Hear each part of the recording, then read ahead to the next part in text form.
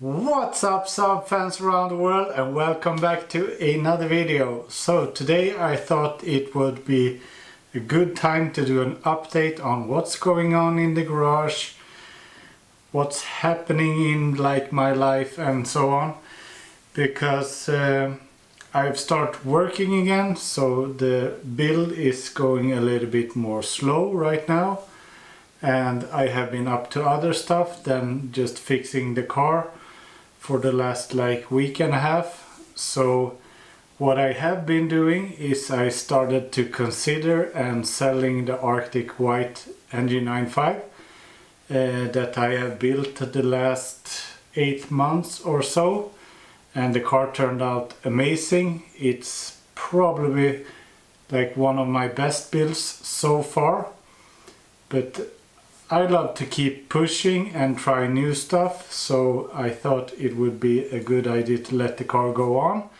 And it got a new owner, and the new owner was so happy to be able to buy the car from me and to buy such an amazing car, because it really is on the road, and the road presence of that car is just something else. One of the most beautiful Saabs you can ever get. But anyways, that car was sold, so I had to get something new, and that's what I want to update you guys on today. So we are going to divide this video into 2 sections. The first section will be the new car that I bought, and the other section will be the update on the rear wheel drive build. So for the new car that I got just a couple of days ago, here are the winter tires, so 17-inch pretty clean rims with some Nokian tires, really nice for the winter. And I got some spare parts for the car, like the air filter box, a couple of new parts, fuel cap lid, some new window wipers, a new mirror, a book how to fix the car. We got a Saab OEM, I don't know what this is, an amplifier.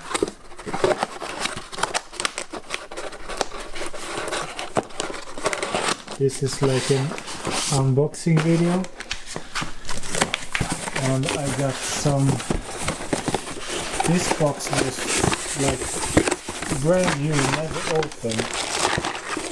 Got some cables for a subwoofer,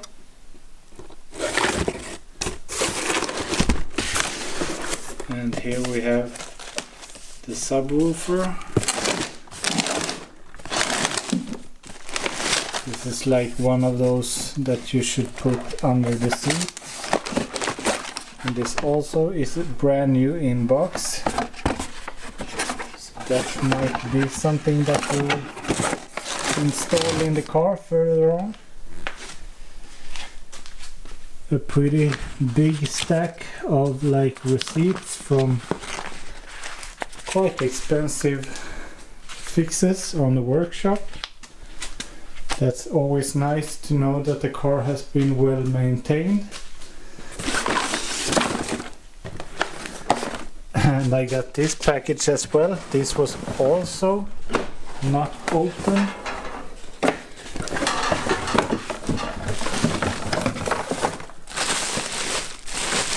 So this is a brand new kit of springs and dampeners. So I don't know how much this lower, but I guess it's some kind of lowering kit for the car. I don't know if we will use this, but I have driven the car for a couple of days right now, and it's actually kind of nice to run with the car that's on regular stocks and springs, because the ride quality is really nice. And here we have some new rear fenders from Neptune Parts. So this is a replacement. So you probably could tell by the thumbnail of this video and these parts right here what car I have gotten. So it's really dark outside, but this is my new NG93 Aero V6 2.8 liter. It's not in the best of conditions.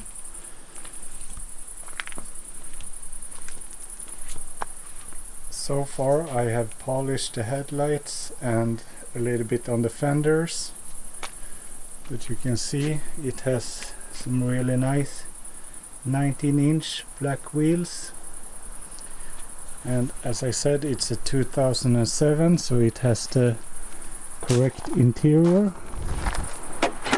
And it has the sunroof, which is a must. So it has the new interior, so it's quite easy to swap the head unit, and it's a 6-speed manual.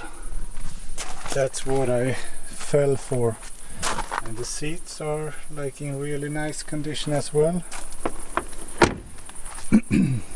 But this car has been like battling a rattle can, so it's like overspray all over the car, and it's pretty bad rusted up.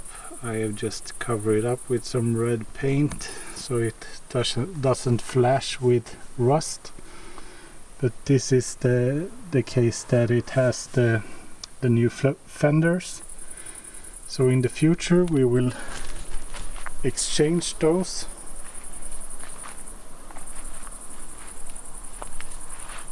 But overall it's a pretty nice look, I would say. You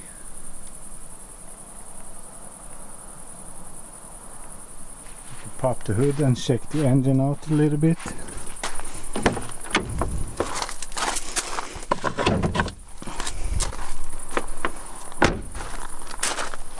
And the sound on this car is just amazing.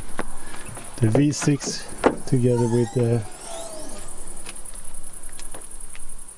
with the 6-speed manual F40 gearbox is just top notch. It's so good. And we got the hot air filter to make some whooshing sounds, which is nice.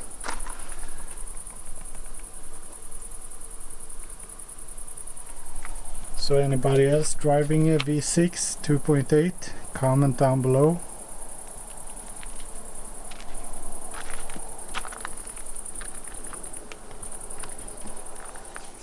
So what inspired me a lot to get like a laser red V6 manual gearbox 9.3. I have never owned one before. I have had the Turbo 6 with the automatic gearbox, and that's a different ball game.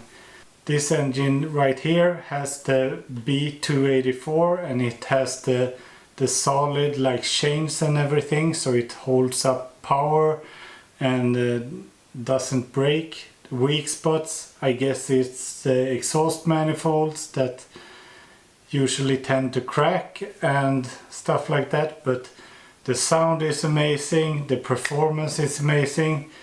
It's stock right now, but it will get a lot faster very soon, and I have some exciting things coming for that car, but that will be in the future when we got this build out on the road, because I need to put in the hours and make this car run and drive as it should, so I can move it in and out from the garage, and then we can start to weld on the fenders and everything. But as I was saying, I was getting hyped to get this car because there are two dudes at YouTube. You probably have seen them. Their name is Prolific Builds, and I will link to their YouTube channel. They are a great source of inspiration and motivation because as it looks on the videos, they don't have like this fancy garage and everything, but they make shit happen either way, and they make crazy builds. They build everything themselves, which is like what I'm trying to do right here as well, and they keep the SAAB spirit alive. So please check them out in the link below. Amazing videos and great work, guys. You just keep it up and keep it pushing because you're doing really well and you deserve a lot more followers and subscribers. So that's probably it for the NG93 right now. As I said, there is a lot more coming and it will be really exciting. I can't tell you too much about it right now, but it's coming, and as soon as I get everything sorted out, you will be the first to know. So that's it for the new car, which is pretty much like a daily car. I will not do too much to it right now. It will get a tune from Dion in the Netherlands to make some pops and bangs. But here we have some other parts for the build, the rear wheel drive build. We have got the pistons machined 1.1 millimeters, really nice. So now we could start on weight balancing this and soon enough assemble them in the engine. We'll start to build the engine, and we got a little box right here that we are going to unbox today. This is so light, we'll see what's in it.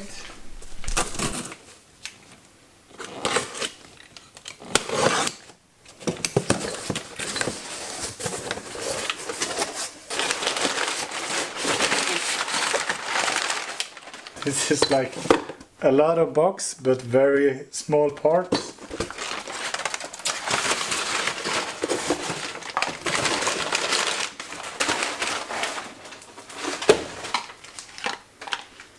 So this is the bearings that I was talking about in the last video. I actually bought 2 of them. This is like the cheapest one I could find, just to do a little comparison.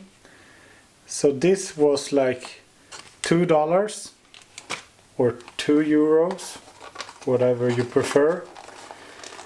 And this right here was like 10 times that. I think this was like 20 or something like that. We will see, and if we could make, if they look very different. Of course they could look the same but perform very different. I don't know if you could really tell, but this is the more expensive one and this is the cheaper one. And these two, just one of them will be used. I just bought the cheap one for like a fun comparison. So they should fit really nice on this axle right here, and yes, they did. So this will release some like stress and tension on the shaft. So this will be seated into the block right here, and it should fit. Now it's a little bit rusty, but it should be like, just knock that in and that will keep the shaft in place. So that's really nice. Like one part down at least that we will be using.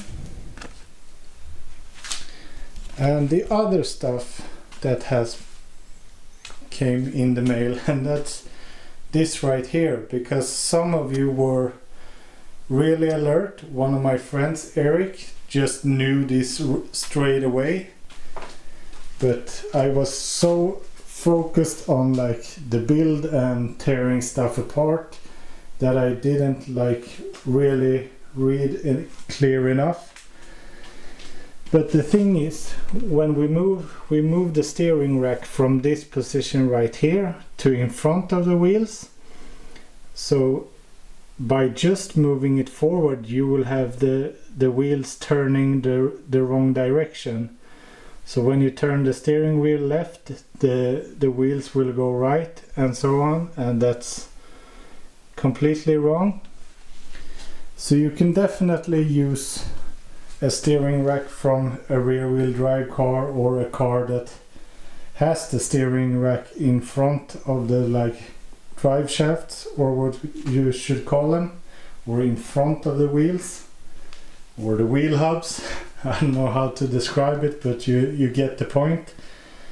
So like Volvo 240, 740 will work because it's placed like this little bar right here is. But I wanted to use Saab parts as much as possible, so I ordered this from the UK. All UK fans, comment down below. This is from your hometown. Not your hometown, but your home country. The thing is that I think you can do this, and Eric thought so as well. So you take the steering rack from a right-hand drive car and you mirror it, like flip it, and then the turning will get correct when you put it in front of the wheels. So we will unbox this and see how it looks.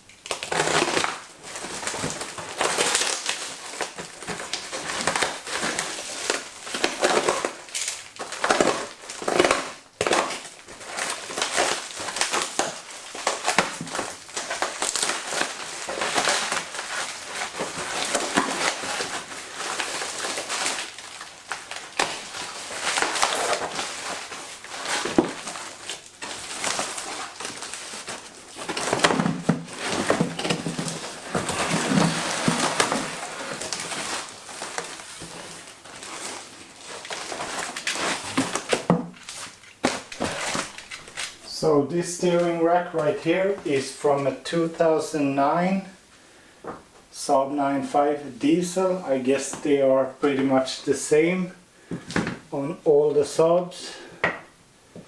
Might be some like little difference, like the steering knuckles or something like that. But when we have flipped this, normally it sits like 180 degrees with the steering wheel on the right hand side, but now we will place it on the left hand side. So now we want, like when we are turning the steering wheel to the right, we want it to push out to the right, so the wheels are turning like this, and that's exactly what it does.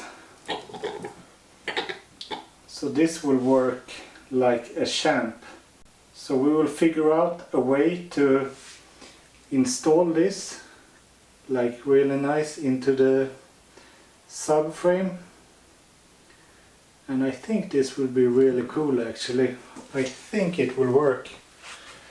We will see. It might be a little bit tight on space. That is something I really don't know right now, but it wasn't a very expensive part, so probably we will figure something out. So this is something to get an idea how it will look. Now it's just placed over there, somewhat centered. It will be a little bit moved to the left, but you get the point. We will have the steering knuckle on the side right here, and then we will have the engine placed over here, and we will try to fit the part where the oil pan is like flat, or where it has like space for the exhaust normally. we will place that over here. So my thought right now is to weld on like a beam on the diagonal across the subframe, and then install this from underneath, so it will have some kind of protection in the front, but it will sit lower, so it will sit underneath, so we can get the engine to the correct height but still have the steering. And to get the correct like bump steer and everything, I think we will make some adapters to move this down, because when the car is standing it should go parallel with this arm right here to avoid bump steer. So I think this will be a pretty good solution, but this is all like learn on the go process, so it might work, it might not, we will see. This is very much like trial and error, but in the next video we will start to cutting into the firewall and make place for the gearbox, and I think we will mount up the gearbox to the engine so we see where the tunnel ends up, and if my thoughts with having the steering rack in this place but lower down will work in like practice. So I have measured a little bit off camera, so I think with the placement that I'm going for right now, we are going to need to cut somewhere around here, which is all underneath like the dashboard, and then here the gear shifter and everything comes in. So we will try to get it to fit somewhere here, then we can fit a rod to the gearbox and use some kind of original placement for the shifter. So this is really exciting. This is one of those projects where you feel like, oh shit, this is too much, and the other day you feel like, damn, I need to put in some hours so we can go out and drift. So as I said, the NG93 V6 2.8 liter will be like a side project. We might do a little bit of driving and showing the tune-off, see how that works and listen to the sound of it, but the coming time will be focused on this car right here. And later on this week I think we will have some cool announcement to make, because I'm starting to work with a couple of companies on this build right here, so that will be something to look forward to. Otherwise, as usual, comment down below if you have any questions, and give the video a thumbs up, and please subscribe to the channel, it means a lot to me, and I will see you in the next one. Bye!